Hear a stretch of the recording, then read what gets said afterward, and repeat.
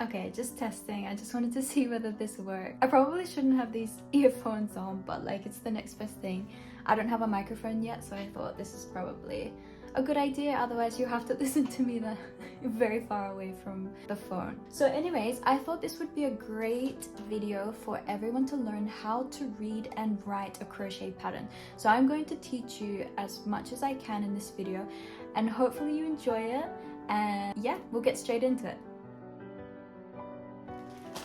Okay, so I have this good little bag of goodies right here, and I thought today we could probably crochet something that's relatively simple, not too difficult to do, and I thought we could do this. It is the strawberry. So even if you're a beginner crocheter, I think this is a really good pattern for you to learn, and I'm going to show you how I would normally write a pattern as I'm going through, and how I would kind of lay out my document and have it all written out at the same time. And as I'm doing that, I'm going to also show you the different types of abbreviations that I would use for my crochet, and then how you make those stitches as well. Okay, so I'm using a laptop over here, and you can see my screen just about now, so I'll show you how I do this. Okay, so I've currently begun my strawberry pattern, as we can see here. So I've just got a title here, I've taken a photo of my finished product, I've used that as the picture for my background, and then here I've just got some pre-loaded things from my previous patterns that I've written before. But essentially I would have the materials written out first. I would tell my audience or my reader that I need 4-ply cotton yarn, and then I would specify the colors as well. And what I do with these colors is I usually get like a little sort of circle or something like that, and I give the color in detail, so I show the color. So for example, green, I've got to get the color green, or a green that I use, something like that, and there you can see, so that the person that's doing the crochet can get some understanding of what colors they need and what they require. We also need white, remember? So I would have here, and then I just make the color white as well. Now with the hook size, I have something here written for my micro crochet stuff, but for a regular strawberry, I used a 1.9mm hook, but you can use anywhere between 1.75 all the way up to, I would say, even a 3mm hook right here. So this is what I would suggest, and this is how I would write it. So choose a hook size between 1.75 to 3mm, and then I can even tell the person what hook size I use. So for example, I used a 1.9mm hook for this project, something like that. Okay, now with the tools, this is also what you want to have here as well. So with your tools, we definitely need a pair of scissors or cutters. I prefer cutters. And then we also need a sewing needle. So I'm just going to leave this as is, and I can take out to weave in those ends because it's a little bit more than that. And then we definitely do not need earrings at this point. Do we need anything else that I can think of? Sewing needle, cutters, we need that. I think that's it for the tools. Now for any extras, we definitely need fiber filling. If you were using, for example, here's a Mickey Mouse project that I have, and you can see here I've used black eyes, and these are just safety eyes here, and so I would specify that you also need 9mm safety eyes, but in my case we don't need that. Now I might just include something like a pair of pliers, so just some type of tool like this, and we could leave that here if we wanted to, because the person crocheting this project might need a pair of pliers to pull out their needle when they're doing the embroidery section of the strawberry. Okay, so that's so far as the beginning point. So you got the materials, you got the hooks, the tools, the extras, etc., the colors of the yarn. Now we are all about these abbreviations. So abbreviations are the things that we need to understand how to read, especially if you're a beginner with crochet.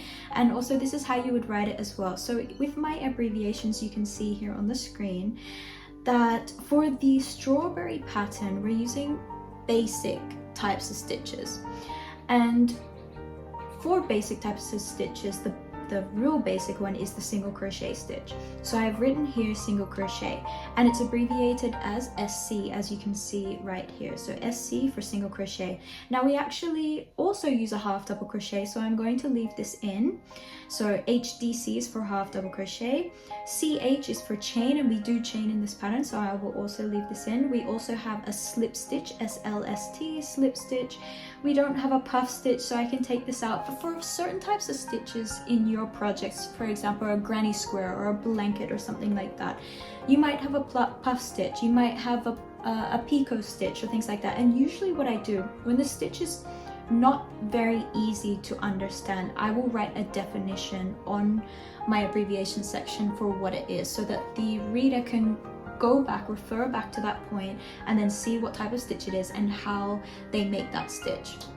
So I'm not going to go into details because these are a little bit more complicated stitches, especially for a beginner, and we also don't use them for our strawberry. So let's just focus on the strawberry at the moment.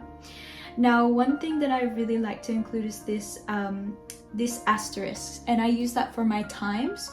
So you'll notice in patterns you have sometimes you have to increase like 6 times, but instead of writing 6 increases, instead you would have like in brackets 6, or in brackets increase and then asterisk 6, which means times by 6. So here I write that here, I've got the asterisk, and then I just explain what it means with an example. Now for our strawberry, we are going to also use a decrease, that's just abbreviated as DEC. We have some increases too, so that's INC, and we actually don't have any back loops or front loops in this project, so I can take these out. We will abbreviate stitches, so I'll keep that in, and then usually when I begin now writing the pattern, I'll have that on the very next page. So I usually keep that separate from the abbreviations page in my work. All right, now this is for another pattern, so I need to get rid of all of this actually. So let us just keep round 1 here, and I will delete all of this right now. So let me do that quickly and then I'll come back. There's a lot in here, my goodness. Okay, delete. All right, so we're not making a sunflower as it says here.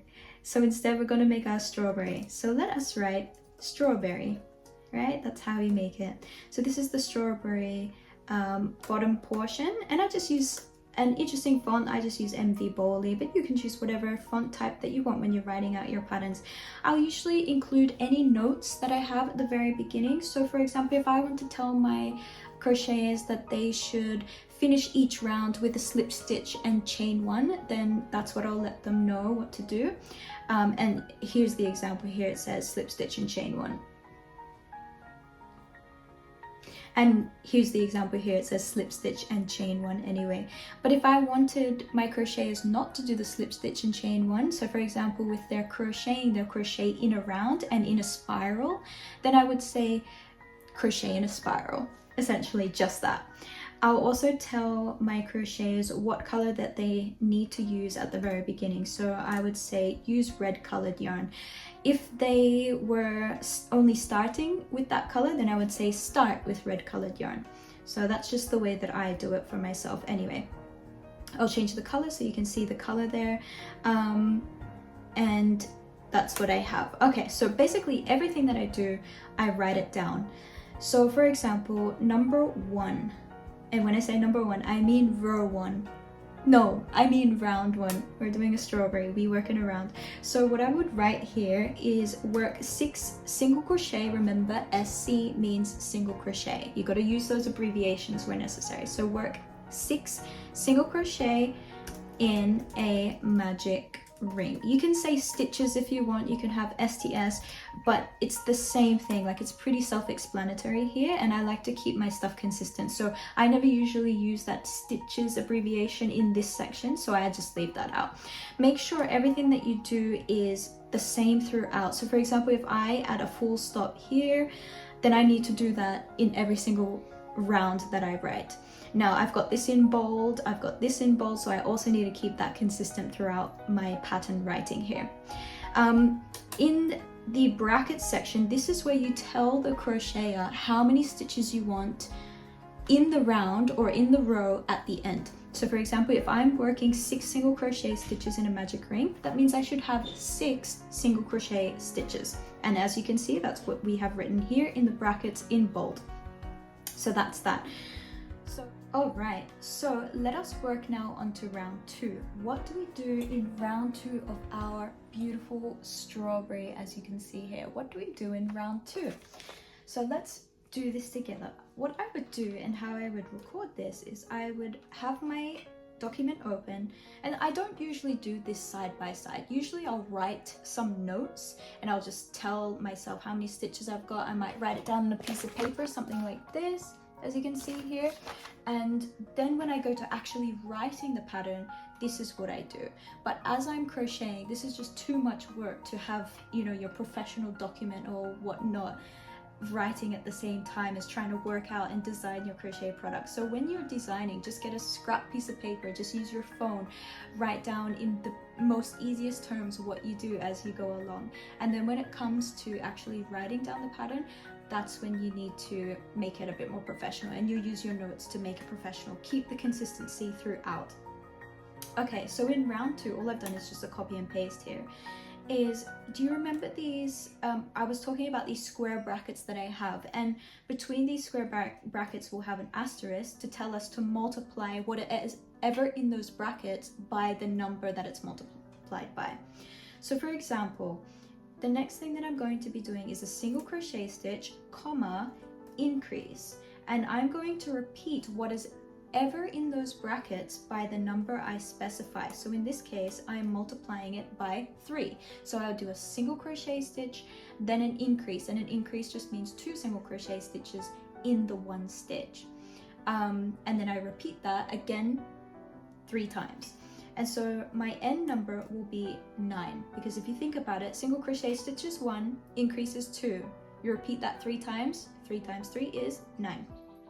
So that is our round 2 right there. Now in round 3, oh, and also you can see the consistency here. We've got full stops, we've got the bold, and that's why I kind of copy and paste sometimes, just what I have in the row above, because it's just way easier to write it like that. Now in the next round, this is what I will write it as, because this is what it is. I'm just looking at my little piece of paper over there as a reference as I'm writing this, by the way. So again, this time I'm going to have 2 single crochet stitches and an increase, and I times that by 3, giving me a total of 12 stitches in the round. So that should be fairly straightforward. From here, we need rounds 4, we need rounds 5, so let's just change those right here. And in round 4, we still keep the 2 single crochet stitches and then an increase, but this time we times it by 4. And if we times it by 4, that means, because we have 4 increases, so 12 plus 4 is 16. So we know we should have a total of 16 single crochet stitches in round number 4. And this is how I write it, just like this. Now I'm going to fast forward a little bit, and I will show you any updates that I make where something has changed, and I will show you how to incorporate that change, if that makes sense. So bear with me.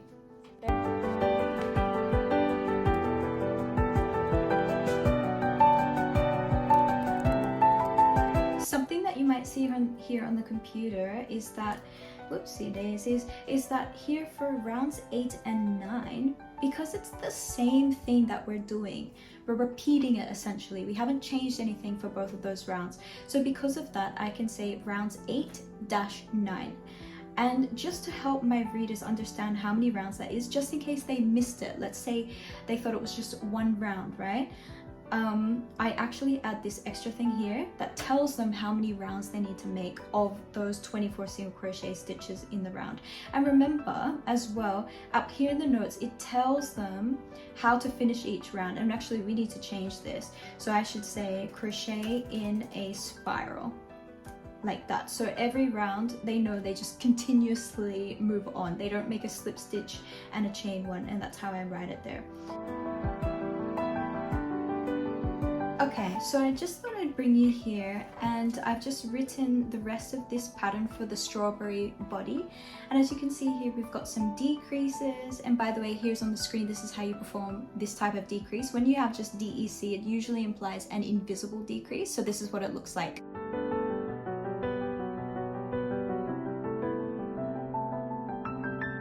Okay, so as you can see, you're repeating the pattern inside the brackets multiplied by this number right here, as you can see.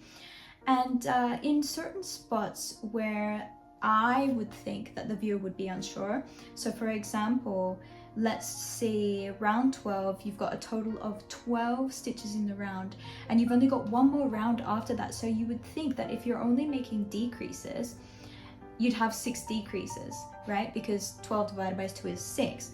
But I like to do one less for certain types of projects. And so in this case, I say only 5, right? So the reader might be like, but it should be 6, but it should be 6. And maybe that's what they're used to as well. And so for those type of situations, I'll write like an extra note that says, yes, only 5. And then I'll also include in the brackets, and this has to be correct, that there should be 7 stitches in that round once you finish. And then I will tell the reader also that perhaps if they're crocheting in a spiral, to kind of level it out, they should make a slip stitch in the next stitch to finish, then they cut the yarn and leave X amount of yarn as a yarn tail at the end. So that's what I do, and I'll usually have a picture that's incorporated in this pattern to show them what their finished thing looks like for the end of a part of a pattern, if that makes sense. So I'll go and grab a picture now, and then we'll place it in.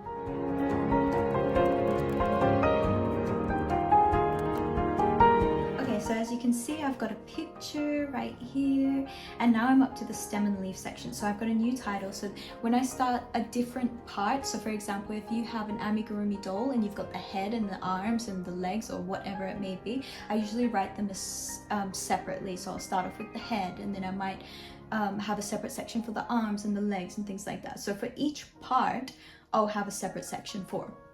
So in this case, I've got the stem and leaf, and I'll have another note or whatever note it is. And in this case, I'll say crochet in a spiral for each round. And the reason why it's written differently, so for example, up here, it just says crochet in a spiral, super simple. And that's because I'm crocheting in a spiral the whole time. But for this one, the stem and leaf, I know in my head, there's parts where I have to chain. And so in those parts, I'm not going to be crocheting in a spiral because it doesn't make sense, it's not a round. So that means for each of the rounds that I specify in my pattern here, it means that once you finish that round and you go into the next one, you continue to crochet in a spiral. So here I've got used green colored yarn. I've got a little color here just to help the viewer know what color green I use, or something that's very similar. And also they don't have to stick to that either.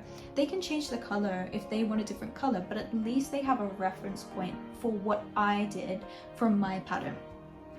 So here in this case, this time I'm going to say work 5 single crochet, remember that abbreviation, in a magic ring. So here again at the end we've got a total of 5. Then in round 2, I could say work, I can't say work, I'll just have 5 single crochet stitches. Now, I don't need to specify how many rounds here because there's only one round, and it still will be 5 stitches in that round. But if I wanted to say let's say for example, I wanted someone to know that they can have a taller stem. So for example, I could say here for a taller stem, oh, not attacker, for a taller stem, add an additional round 3, or I could just say round, and in brackets perhaps round 3, just to help them understand that, of 5 single crochet stitches, something like that. Okay, so that's what I would write there as just like an additional for those who would like a taller stem, because sometimes they're tall, sometimes they're small. So that's what I would write here. And I've got to make sure that all of this has to be consistent, right? Every time I write the round, it's in bold, so I've got to keep that in bold. And every time at the end I show them how many stitches there are, that's also in bold, so I have to keep that in bold as well. So you can see we're very sensitive about the consistency of the pattern writing, so the layout looks beautiful and people can just understand it. when there's consistency, people understand it a lot better. So that's what I try and do here. Now from here, I could also say something like finish with, make a slip stitch. Let's say make a slip stitch in the next stitch and continue with the following, something like that. Okay, so I'll take that out because I don't like bold, especially with this font, to have that. So remember, in a spiral, it kind of works out to be uneven. So the way I even it out, or at least one of the ways, is to make a slip stitch in the next stitch of the next round, technically, to kind of just even it all out. And so once I've done that, I write it down. So I help the reader also know what to do.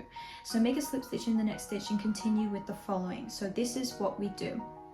Here's the portion where I would say how many chains they need to make, right? Because this is for each of the leaf, these leaves that come out the strawberry. I wonder if you can see them. So here's the leaves. You can see these things right here. Yeah, so that's the leaf. So what we do is chain 6, and whenever I write chain something, then I'll usually put that in bold. That's just me though, so other people do it differently. So for example, I've got chain 6, and we should call this perhaps row 1. I will call it row 1. You could also have something that says for each leaf do the following. Again, there's no right or wrong way to write the pattern. It's just, again, consistency. I feel like I say that word a lot, but that's what you need to know for pattern writing: consistency with what you're doing. Make it understandable and be consistent. So for row 1, so this time I know it's a row because we're not going around. It's just a straight line and you come back down that row. But technically it's part of round 3, if that makes sense. So I'm kind of inclined to say it's a round, because you are creating a round as you're chaining. Curious, but again, we'll figure out. Well, I'll figure out a nice way to write that. For the moment, I'll just say round 3. Let's say that chain 6, and I'll keep it in bold. And then I'll say from the second, or start in the second loop from the hook and continue with. And then I usually have a colon there to help the viewer understand that. And then what we do is I'll just write the pattern as normal. So a single crochet, then we have a slip stitch, then a single crochet stitch, then we have a half double crochet stitch, HDC, the abbreviation, single crochet stitch, and then a slip stitch in the last loop. And I'll specify that just to help the reader again know that it's the last loop that they make that slip stitch. And then I'll put a full stop there. And then I'll say make a slip stitch in the next stitch, so many stitches, of round 3. Round 2. It's in round 2. 1, 2. Yes, it's in round 2. So make a slip stitch in the next stitch of round 2 and repeat. For repeat, I could just say and repeat for each leaf. There we go. Something like that. And then I can have in brackets, you should have 6 leaves in total. Okay, so pretty much that. I mean, that's relatively straightforward. You should have 6 leaves in total. I don't need to specify how many stitches in the round for that one, because there's just too many and it just gets overcomplicated, and I think the reader's not even going to be interested in that. All they're going to be interested in is how many leaves and what do you do for each leaf, and that's it. So that's all I will tell them then. Also, if you don't want to include the word you in your patterns and you want to keep it more third person, if you will, you very much can. So I could rewrite this if I wanted to take out the you, and I could say something like there should be 6 leaves in total. Okay, so it makes it more formal and less direct at the person, but then sometimes you want to connect more with the person, so you keep the word you in. It just depends how you want to write the pattern, but again, the key is consistency. So that's that. Okay.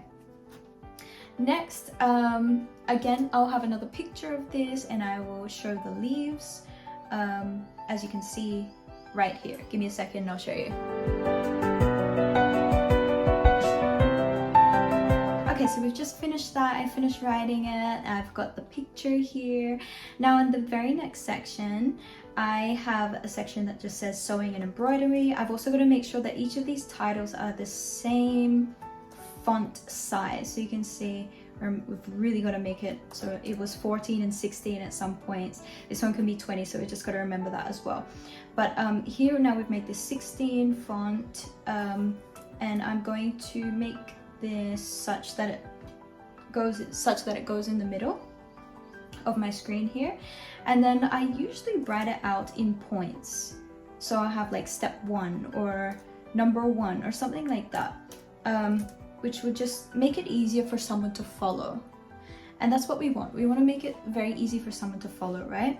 So I'm gonna write this out and then I'll come back and I'll show you what it looks like at the end, because obviously this will take a little bit of thought process and I don't want you to hear from my entire thought process of whilst I'm trying to think about what to write and what the crochet should be doing. So once I've finished this, we'll come back and we'll discuss it a little bit. Okay, so as you can see here, I've included, so we forgot to include the fact that after we finish the stem and the leaves, we also need to cut the yarn, right? So I need to tell my reader to do that. I know it's intuitive, but it's also good to specify that because you tell them how much of a yarn tail they need to leave. So it kind of gives them an indication as to whether or not they're using that yarn tail for sewing or whether they don't need the yarn tail at all. So in this case, my stem and leaf needs a 20 centimeter yarn tail here. Now with the sewing and embroidery, we have 2 sections here, as you can see. So let's quickly go through them so you can see what I've written. The first one, what I have usually written in bold, is what happens, what the person is expecting that they should do. So here we've got embroider the strawberry seeds. We've got a picture and then we describe what it is. Then in number 2, we've got in capitals, sew the stem and the leaves to the strawberry. So you can see it's capitalized. Any word that is greater than 3 letters, I capitalize it for this section here. And then I keep it in bold as the heading, what's expected. And then in your regular font, this is what I tell them to do. So it's more of instructive for the reader. So here, use 2-ply white cotton yarn. My viewer might be thinking, what is 2-ply? Why 2-ply? They told me to use 4-ply. And then I'll have in brackets, well, this is achieved by just pulling 2 strands of the 4-ply apart. So very straightforward, and it's good because they're using cotton yarn. They'll know that for acrylic you can't do that. And embroider the seeds around the strawberry. Each seed should be vertical, so straight, and cover the space of 1 stitch row. So in a strawberry, you can see we've got the rows over here, so we just cover the space of 1 of those rounds. Okay, so that's what I mean there. And then it says continue until the strawberry contains many seeds that are evenly spaced apart. So that's what we've got here, and we've got an image to show that. Then in number 2, we've got sew the stem and leaves to the strawberry, and this is pretty straightforward here. I say pin the stem and each leaf to the strawberry. We've got an image there. Use the 20 centimeter green yarn tail to sew each leaf to the strawberry. Now you can see each leaf to the strawberry is right there. We just need to make our images a little bit smaller to keep it consistent there. Now my images are in a straight line here at the bottom, even the step by step up here, but at least they've got straight line here. They're relatively evenly spaced apart. As you can see here, we've got about the same room from here to this space as well. So I'm pretty happy with how it visually looks. And that is the end of my strawberry. As you can see, we've got an image here, and just a couple of the final touches that I might make is, for example, I might have the same image here, but this time I'll decrease the transparency, so I'll keep it like this, and it just gives that more professional look, as you can see. So I'll continue with each of these. Hold on, there we go. So that's 1, and I'll usually do this now for each of my patterns as well, just to make it pretty and beautiful. But it's not necessary. It's just like you can add your finishing touches. I know people do things differently, so this is just something that I do at the moment and I like it, so I keep it. So as you can see, it just makes it a little bit more flattering, if you will. Now in this last part, this is what I just include for all of my patterns. I've just got a usage and sharing note. You can read that in your own time. There's not really anything here. It's just a few little things telling people to tag me if they make it on Instagram, not to sell this pattern as someone else's, that they can sell whatever they make, just not in bulk and things like that. And then I have my logo here right at the end, and I'll keep that like that. And Mnash Threads comes from, by the way, if you just wanted to know this, my name is Kimberly, but my middle name is Nash, and my best friend's name is Emmy. So we combined Emmy and Nash and made Mnash, and then Threads, because it has to be something to do with crochet. So that's why it's called Mnash Threads. And then I just made a logo like this, and this is what we've ended up with, this logo right here. So guys, this is the strawberry pattern, as you can see. And I might go through this a few times, check for any errors, and then fix those up. And once I'm done, then I'll just export this and upload it to whatever site I want to sell it at. And that's it. So I hope that teaches you a little bit about how to read patterns and then how to write them as well. I really hope I've been able to help you there. And